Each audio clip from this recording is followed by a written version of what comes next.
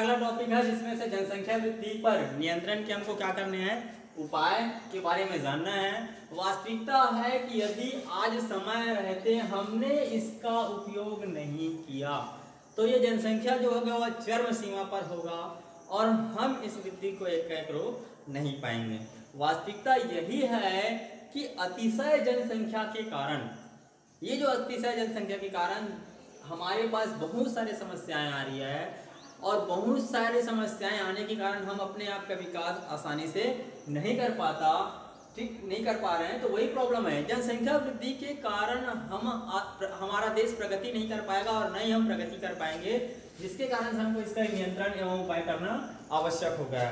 हमने ये पिछले वीडियो में देखा था कि जो गांव, ग्रामीण एरिया या कहीं भी एरिया हो, पहले क्या होता था, महामारी आ जाता था। महामारी जैसे आज कोरोना का माहौल आया है वैसे महामारी आता था और महामारी आने के कारण अधिक से अधिक जनसंख्या का एकाएक क्या हो जाती थी, मृत्यु हो जाती थी, समाप्त हो जाता था, जिससे हमारा जनसंख्या क्या रहता था, नियंत्रण रहता था। लेकिन आज हमारे वैज्ञानिकों ने कई सारे टीके वगैरह या संसाधन उपलब्ध करा दिए हैं, जिसके कारण से एकाएक जो मृत्यु दर में कमी आई है, जिसके कारण से हमारा जनसंख्या में क्या हो रही है, वृद्धि लगातार हो रही है। ठीक है, तो ये नियंत्रण और उपाय जिसको हमको अपनाने हैं उसके बारे में हम चर्चा करेंगे।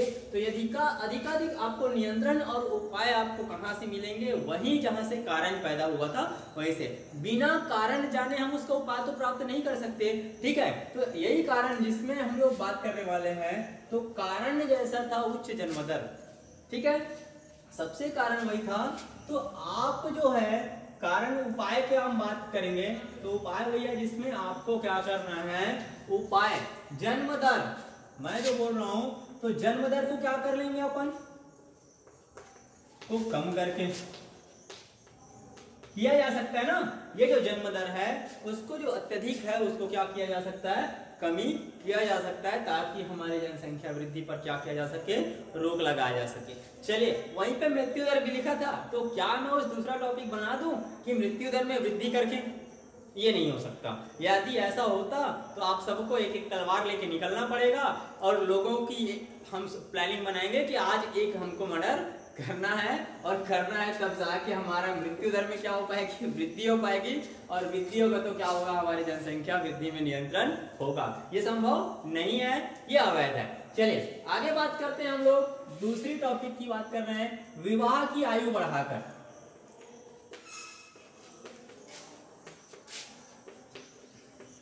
चलिए, ये इसलिए जरूरी है कि हमने ये देखा है कि जो यौनारंभ की स्थिति होती है, जो यौनारंभ की स्थिति होती है 14 से 25 साल की जो ये मिनिमम एज होती है, इस समय उसमें प्रजनन दर जो होता है वो बहुत ज्यादा उच्च होता है। मैं पहले बता चुका हूं कि जो यौनारंभ प्रारंभिक स्तर होती है, ये जो स्तर होती है इसमें प्रजनन दर जो होता है, परिपक्वता के समय प्रजनन दर होती है वो उच्च होती है। यदि इसी स्थिति को, विवाह की एज को आपके बढ़ा दिया जाए और विवाह की उम्र को आपको बढ़ा दोगे तो प्रजनन दर में थोड़ी सी कमी आ जाएगी, और कमी आ जाने के कारण से हमारी जनसंख्या पे क्या किया जा सकता है, नियंत्रण किया जा सकता है। तीसरी बात हम लोग देखना चाहेंगे, ठीक है, तो अब ये तीसरी बात क्या चीज है, हम यहाँ पे शिक्षा का प्रसार करेंगे।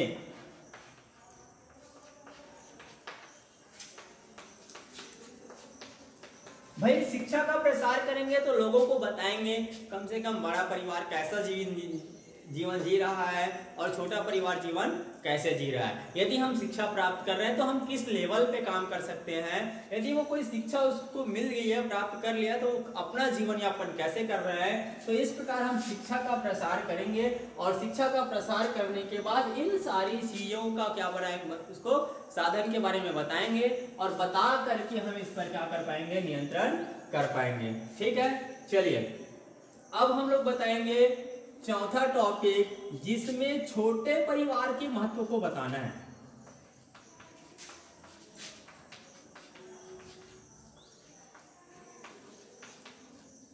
ठीक है, छोटे परिवार का महत्व बताना है कि वास्तविकता में मैं जो एग्जांपल ले रहा था, बेटा भाई आपके पास यदि एक ही बच्चा है, आप 1 दर्जन केले लाते हो, या 2 बच्चे हैं 1 दर्जन केले लाते हो, उनको 6-6 केले मिलते हैं। लेकिन जो बड़ा परिवार का होता है वहां पे एक ही जो जनक है उनके 8 से 10 बच्चे, आपने 1 दर्जन केले लाए तो उनको 1-1 केले नसीब होते हैं ले दे के, ठीक है।